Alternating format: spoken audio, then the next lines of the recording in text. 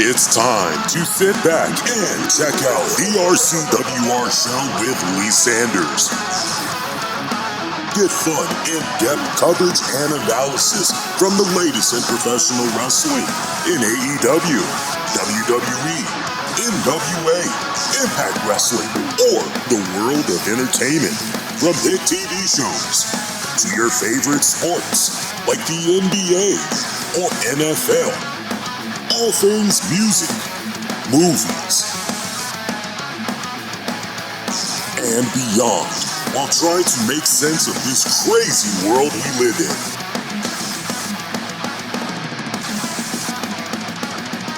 All while keeping it honest, insightful, and interactive since 2011. And now your host, live from the nation's capital of Washington, D.C., Lee Sanders.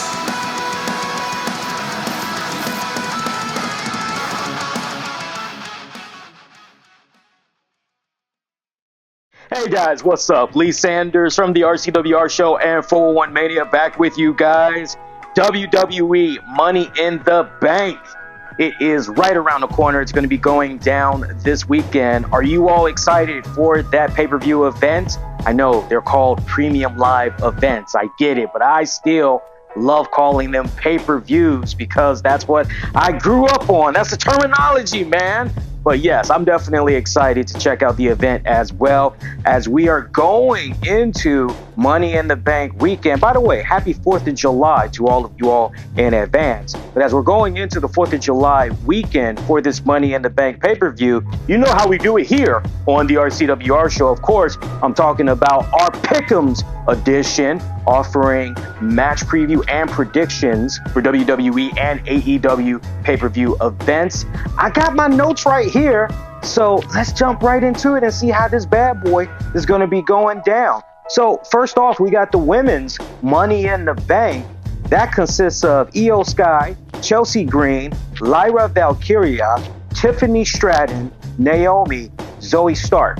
There's 2 women from this match, this Money in the Bank ladders match, to become the 2024 Mrs. Money in the Bank. And as you all know, whoever wins those respective Money in the Bank briefcases, they will be able to cash it in for a championship of their choosing.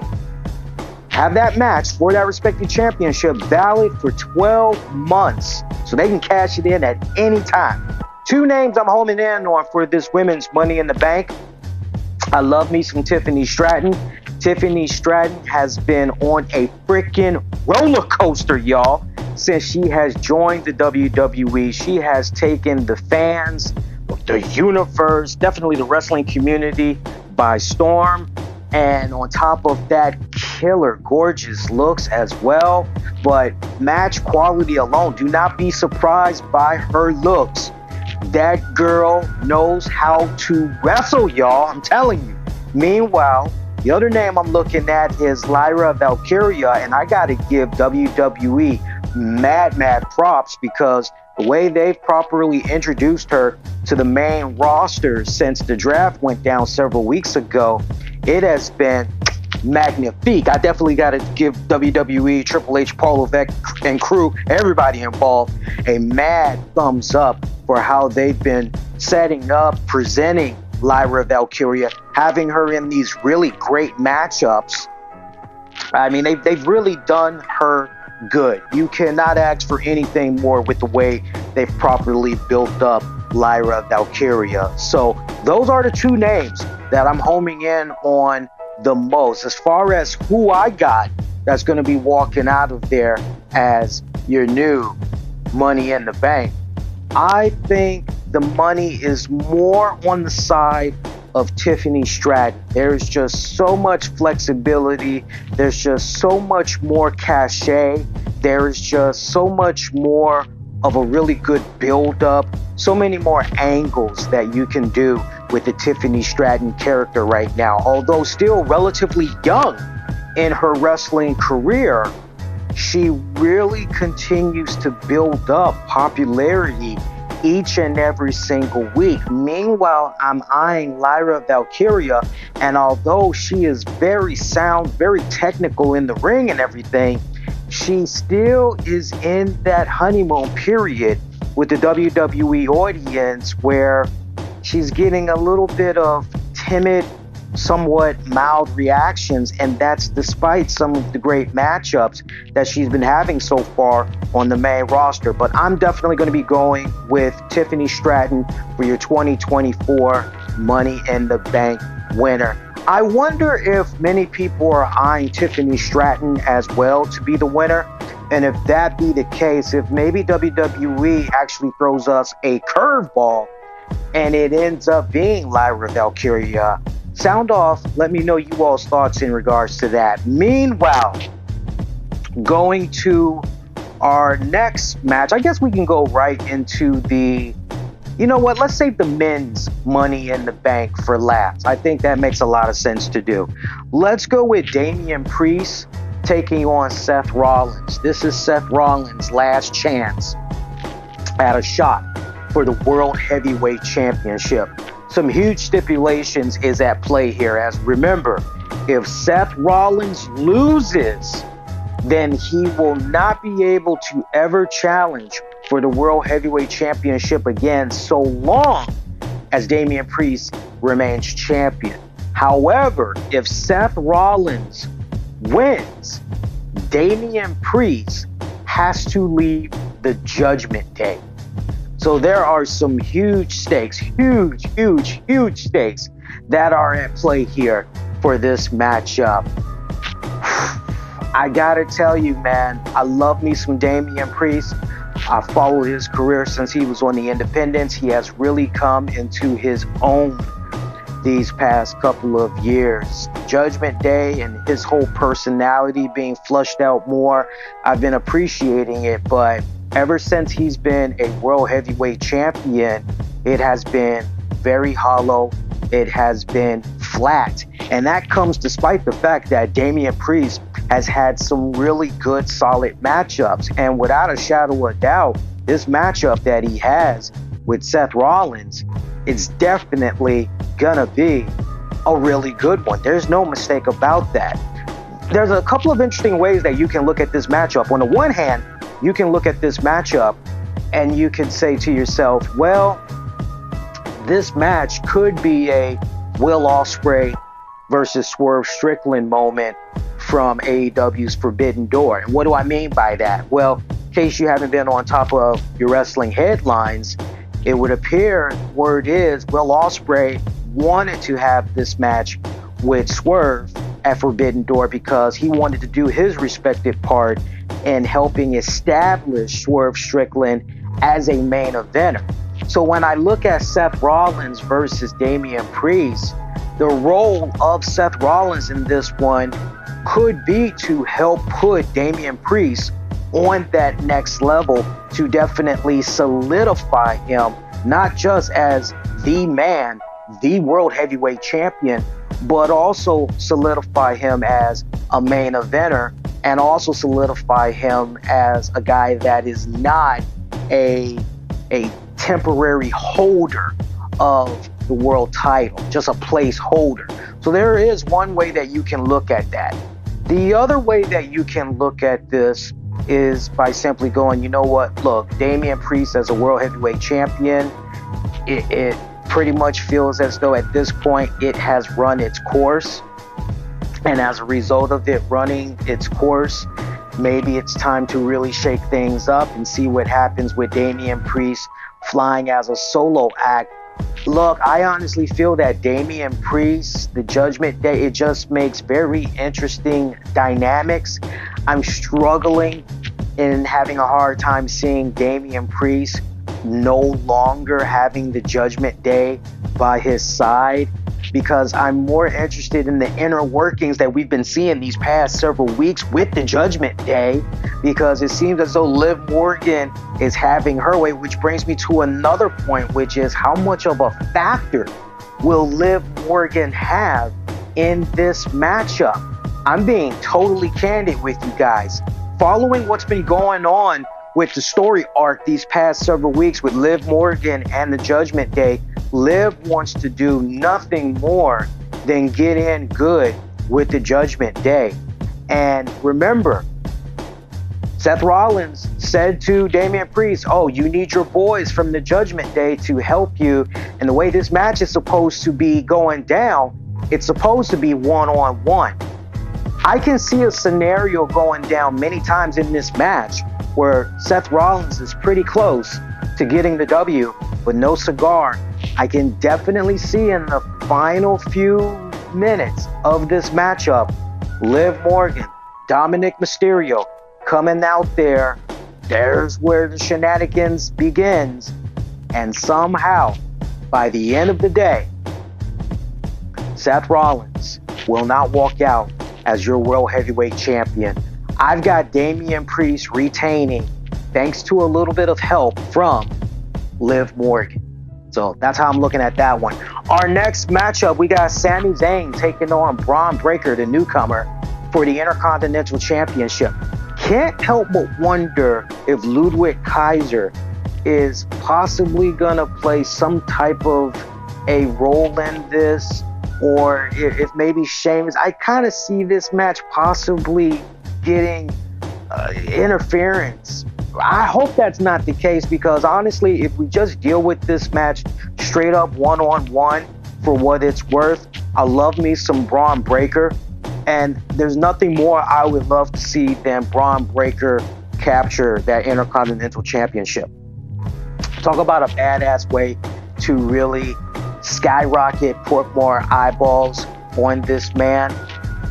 Yeah, it's really hard for me to pick against Braun Breaker unless somebody pops up and interferes in this one. And we got to be careful with this pay-per-view event, because there's a lot of matches you're looking at here where you're going interference. And so we got to be conservative where we apply that interference. Otherwise, fans are going to be complaining that the entire card had all types of shenanigans going down in it. So assuming that this is just going to be a straight up one-on-one match for what it's worth, I can see one scenario where Sami Zayn barely escapes and this just sets off Braun Breaker, because he feels, hey, if it wasn't for this, or if it wasn't for, I would have had it.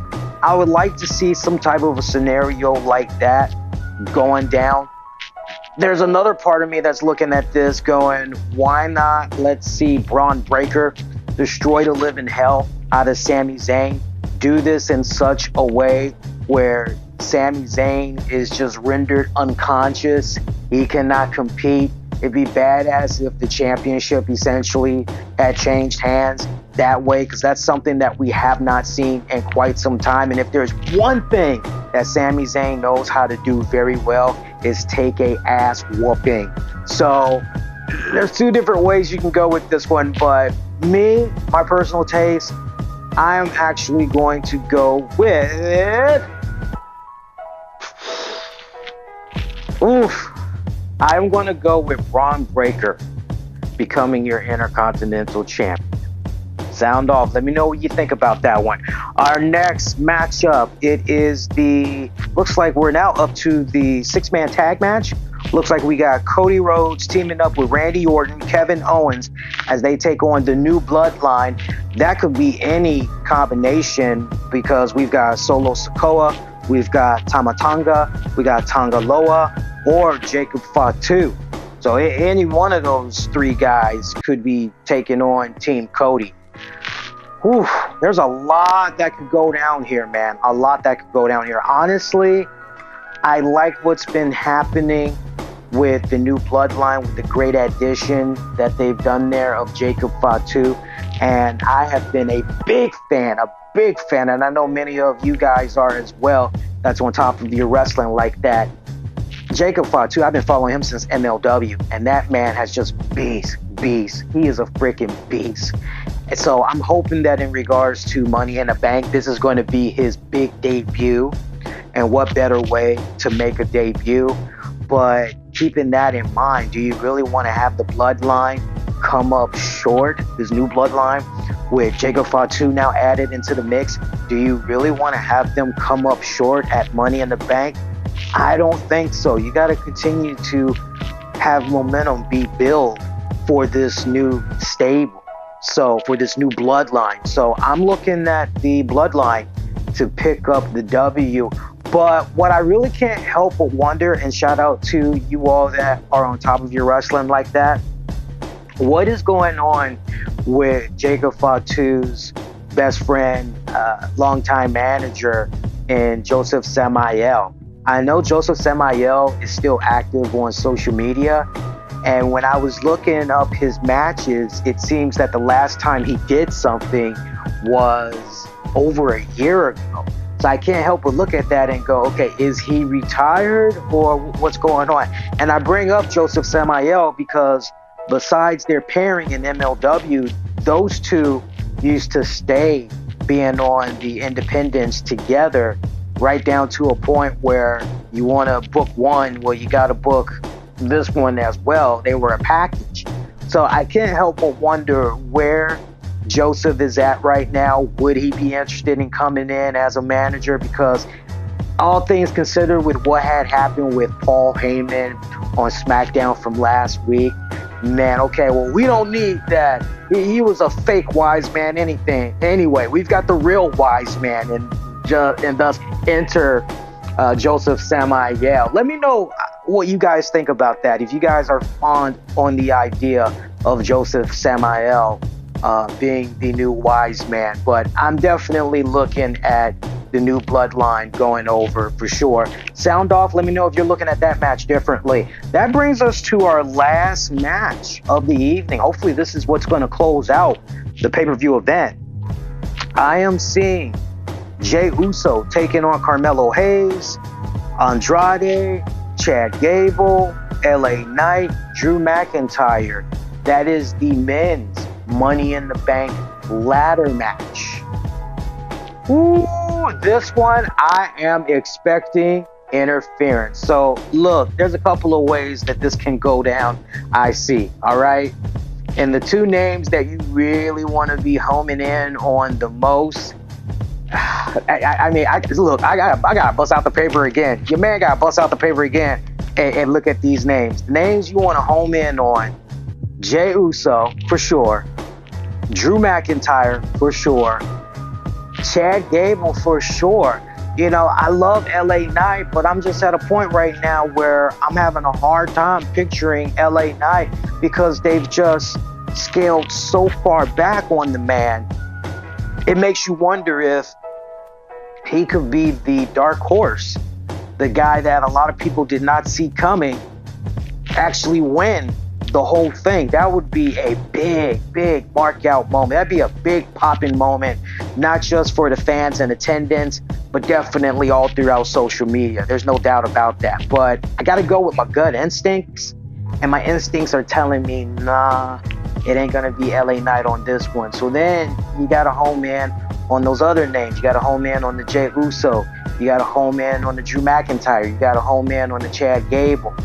It just feels as though Chad Gable is going to be eliminated from the equation because we've seen the Wyatt 6 infatuation with him these past couple of weeks. And I just feel that with everything that we've been seeing so far, there's no way, no how that the Wyatt 6 are not going to make their presence felt in this Money in the Bank ladder match just to try to stick it to Chad Gable, whatever is going on. So I don't see Chad Gable winning Money in the Bank. It'd be badass, but I do not see him winning Money in the Bank. So that now leaves us with Jey Uso and Drew McIntyre. Look, we've seen all the stuff that's been going on with CM Punk and Drew McIntyre. This has been rivalry of the year. And not just that category do they win hands down, but also for social media feud of the year. Because what they're putting out there is some of the best stuff that I have seen since we've been doing this whole craziness with social media involving Twitter and Facebook and all of that. This is some of the best foundation of work that they've put down on social media. So bar none, nobody is even close to what these guys are doing. I just feel as though there is going to be another CM Punk crashing here.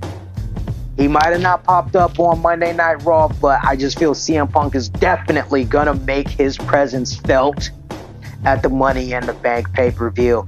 I said it off and on these past several weeks, right? And I have to reiterate it again, which is the way this is playing itself out. This is going to go down like that infamous SummerSlam back in the day with Shawn Michaels and Triple H, and they had that unsanctioned match, right? CM Punk's been out selling these injuries and all of that. I've got Punk coming back. He's going to screw Drew McIntyre, and that pretty much is going to set up Punk, Drew McIntyre. Hopefully it's an unsanctioned match at SummerSlam. So that now just pretty much leaves us with Jey Uso. Jey Uso's been riding one hell of a wave right now, and despite the fact, from my personal opinion, few of you all out there as well, despite the promo work from Jey Uso, a lot of fans love this guy. A lot of people are still behind him. They're still rooting him on and everything. It really feels as though this is for his to win. This is all on him for the taking when it's all said and done. So I'm having a hard time picking against Jey Uso right now. It just feels like a sure bona fide lock in that Jey Uso is going to do this. And if you don't pull the trigger on Yeet Money in the Bank, then when, if ever, is going to be that possible next opportunity where you do try to see what Jey Uso can do in the main event scene, truly in the main event scene. So that's where things are kind of looks a little bit uncertain as far as Jey Uso's future goes and all that. So now look, I know some of you guys are saying, man, but it really would have been nice to see Chad Gable, or it would have been nice to see, there's always the Royal Rumble, my pretty babies, and there's always the next King of the Ring, which, by the way, let's not also forget, with SummerSlam right around the corner, let's not forget we've got Gunther. Gunther is going to be waiting for the respected winner of that Seth Rollins versus Damian Priest match. And I just feel right there, oh man, now that I almost forgot about that. That Gunther is going to be waiting in the wings there. So could we truly have Gunther and Damian Priest at SummerSlam? Could we truly have that? Or is the bigger setup Seth Rollins and Gunther? Ooh, that's something to really think about. That is something to really think about. But you know what? I'm still gonna stick to Damian Priest coming out as the winner. So that's how I'm looking at it for Money in the Bank. Woo-wee, I'm so excited. I can't wait to check this out, man. Hey, I'll definitely be live tweeting while the event is on over on Twitter, so make sure you holler at me. I'll definitely be live after the event is over, so definitely check out the post show, sound off, your feedback and all that, definitely important. And hopefully you'll be subscribing and all that good jazz. But sound off, let me know what you think about my picks for Money in the Bank, especially if you're seeing something that I totally maybe I'm not thinking about that you want to bring to my attention and the community's attention. And if you're new here, welcome. Make sure you hit the subscribe button, click the bell notification so you don't miss out on future content that comes your way as we're pumping out the content on a regular basis. That's gonna do it, my pretty babies. Until next go round, I'm wishing all of y'all to be safe, and most importantly, be kind to one another. I'll see y'all next go round. Take care.